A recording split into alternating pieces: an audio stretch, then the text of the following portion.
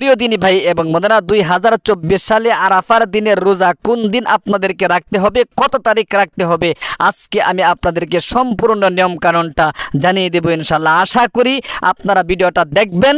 যদি দেখেন অবশ্যই আপনারা জানতে পারবেন আরাফার দিনের রোজা 2024 সালে কত তারিখ কোন দিন ইনশাআল্লাহ আপনাদেরকে রাখতে হবে। সম্মানিত প্রিয় দিনী ভাই এবং বোনেরা, তাহলে আসুন, এই জিলহজ মাস কিন্তু অত্যন্ত গুরুত্বপূর্ণ।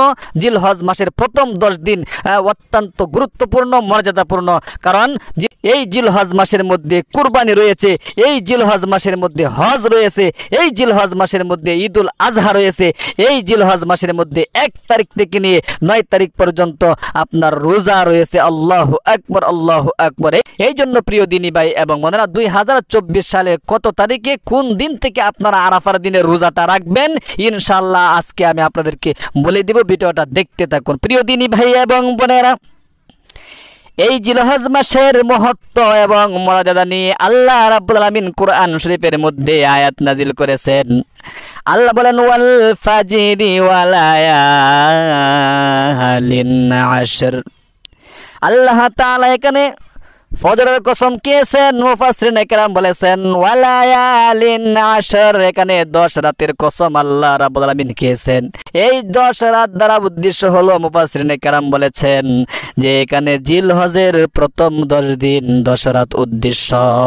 আল্লাহু আকবার, আল্লাহু আকবার। এত মহত্ব এই 10 দিনের, কারণ এই 1 তারিখ থেকে নিয়ে 9 তারিখ পর্যন্ত আপনি যদি একদিন নফল রোজা রাখেন তাহলে 1 বছর নফল রোজা রাখলে যে সব, সেই সব আল্লাহ তাআলা আপনার আমল নামার মধ্যে দিয়ে দিবে। আল্লাহু আকবার, আল্লাহু আকবার। আর 1 রাত্রি যদি ইবাদত করতে পারেন, সারা বছর ইবাদত করলে যে সওয়াব, লাইলাতুল কদরের ইবাদত করলে যে সওয়াব, আল্লাহ তাআলা আপনার আমল নামার মধ্যে সেই সওয়াব দিয়ে দিবেন। একবার বলুন সুবহানাল্লাহ। এই জন্য প্রিয় দিনী ভাই এবং বোনেরা, আরাফার দিনের রোজাটা কিন্তু সবচাইতে মূল্যবান, গুরুত্বপূর্ণ, কারণ হযরত আয়েশা সিদ্দিকা রাদিয়াল্লাহু তাআলা আনহা থেকে বর্ণিত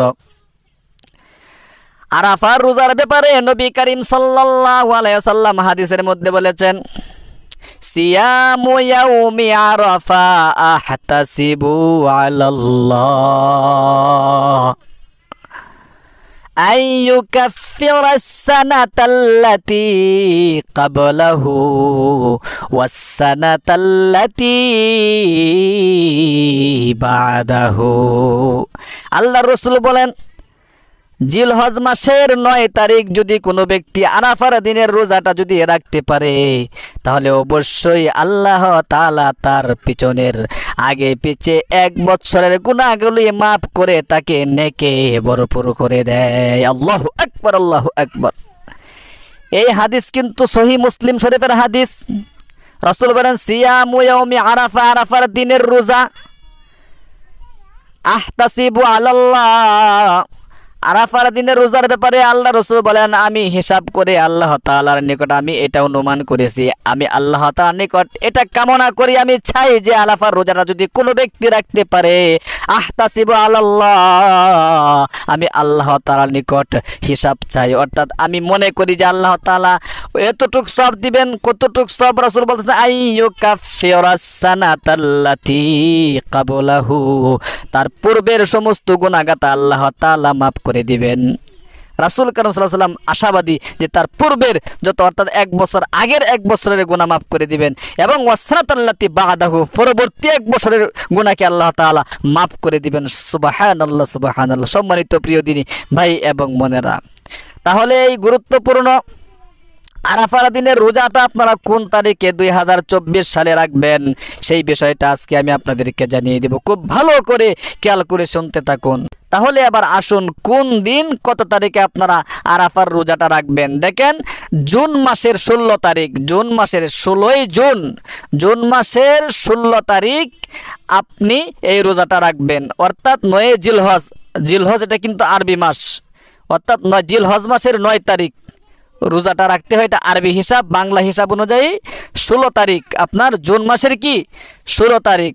অর্থাৎ জুন মাসের 15 তারিখ শনিবারে দিবাগত রাত্রে আপনাকে সেহরি খেতে হবে এবং 16 তারিখ রোজাটা রাখতে হবে, অর্থাৎ রবিবারে আপনি কি রোজাটা রাখবেন। এটা হলো ইংরেজি মাসের হিসাব অনুযায়ী। তাহলে এবার আসুন আরবি মাসে আপনি 9 তারিখ রাখবেন, অর্থাৎ ঈদের আগের দিন যে রয়েছে ওই দিনে আপনি রোজাটা রাখবেন। অনেকে বলে হুজুর রোজাটা কি সৌদির সাথে মিল রেখে রাখবো নাকি 9 তারিখ রাখবেন। দেখেন হাদিসের ভাষ্য অনুযায়ী 9 তারিখে 9 জিলহজের কথা বলা হয়েছে, সুতরাং আপনি 9 জিলহজ রাখলে কি জিলহজ মাসের 9 তারিখ রাখলেই কি আপনি সব পেয়ে যাবেন। অনেকে বলে তাকে সৌদি আরবের সাথে মিল রেখে রাখি, সৌদির সাথে আপনি কি মিল রেখে ঈদ করবেন? সৌদির সাথে মিল রেখে যদি আপনি রাখতে চান, সৌদিতে 9 জিলহজ বাংলাদেশে কি 8 তারিখ হয়, তাহলে আপনাকে 2টা রোজা রাখতে হবে।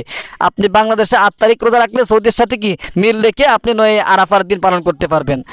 সৌদি যেদিন 10 তারিখ হয় বাংলাদেশে সেদিন কি 9 জিলহজ হয়, হ্যাঁ সেখানে 10 জিলহজ, এখানে কি বাংলাদেশে আপনার 9 জিলহজ। তাহলে 9 তারিখ আপনি যদি রাখেন তাহলে সৌদির সাথে মিল হয় না, কিন্তু হাদিসের ভাষ্য অনুযায়ী আপনার বলা হয়েছে কি 9 জিলহজ রাখা। সুতরাং উলামায়ে কেরাম বলেছেন আপনারা জিলহজ মাসের 9 তারিখ আরাফা রোজাটা রাখলেই কি অনেক সওয়াবের অধিকারী হয়ে যাবেন। অবশ্যই বুঝতে পেরেছেন। হ্যাঁ আপনি সৌদির সাথে মিল রেখে যদি রাখতে চান অবশ্যই রাখতে পারবেন।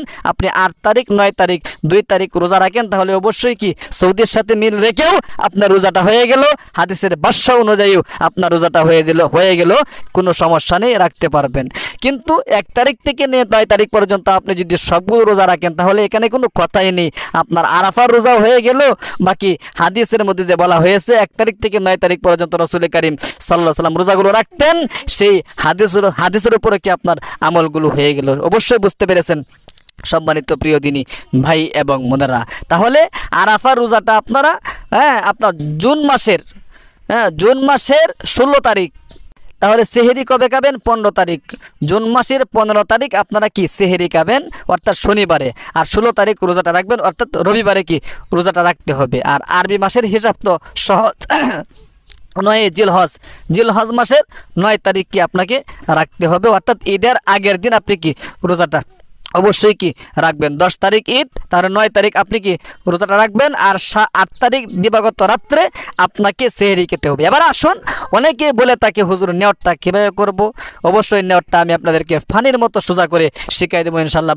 বাংলাতে আপনাদের নিয়তটা করলেই কি নিয়ত হয়ে যাবে ইনশাল্লাহ। নিয়তটা এভাবে করবেন যে আমি আল্লাহ তাআলার সন্তুষ্টির উদ্দেশ্যে আগামীকাল জিলহজ মাসের আরাফার রোজা রাখার নিয়ত করলাম। খুব ভালো করে খেয়াল করে নিয়তটা শিখে রাখুন।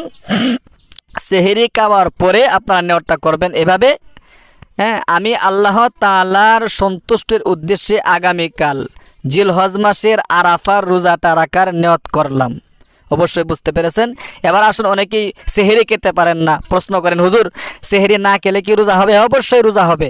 আপনি ঘুমিয়ে গিয়েছেন, ওইটা দেখেন সেহরির সময় আর বাকি নেই, অবশ্যই আপনি নিয়ত করে ফেলবেন ইনশাআল্লাহ না খেয়েও আরাফা রোজাটা আপনার হবে, অর্থাৎ একটা রোজা এটাকে আপনাকে রাখতেই হবে। আয়েশা সিদ্দিকা রাদিয়াল্লাহু তাআলা আনহা থেকে বর্ণিত মুসলিম শরীফের হাদিসের মধ্যে কিন্তু উল্লেখ করা হয়েছে সিয়ামু ইয়াউমি আরাফা আহতাসিবু আলাল্লাহি আইয়ুকাফিরা সানাতাল্লাতী ক্বাবলাহু ওয়া সানাতাল্লাতী বাদাহু।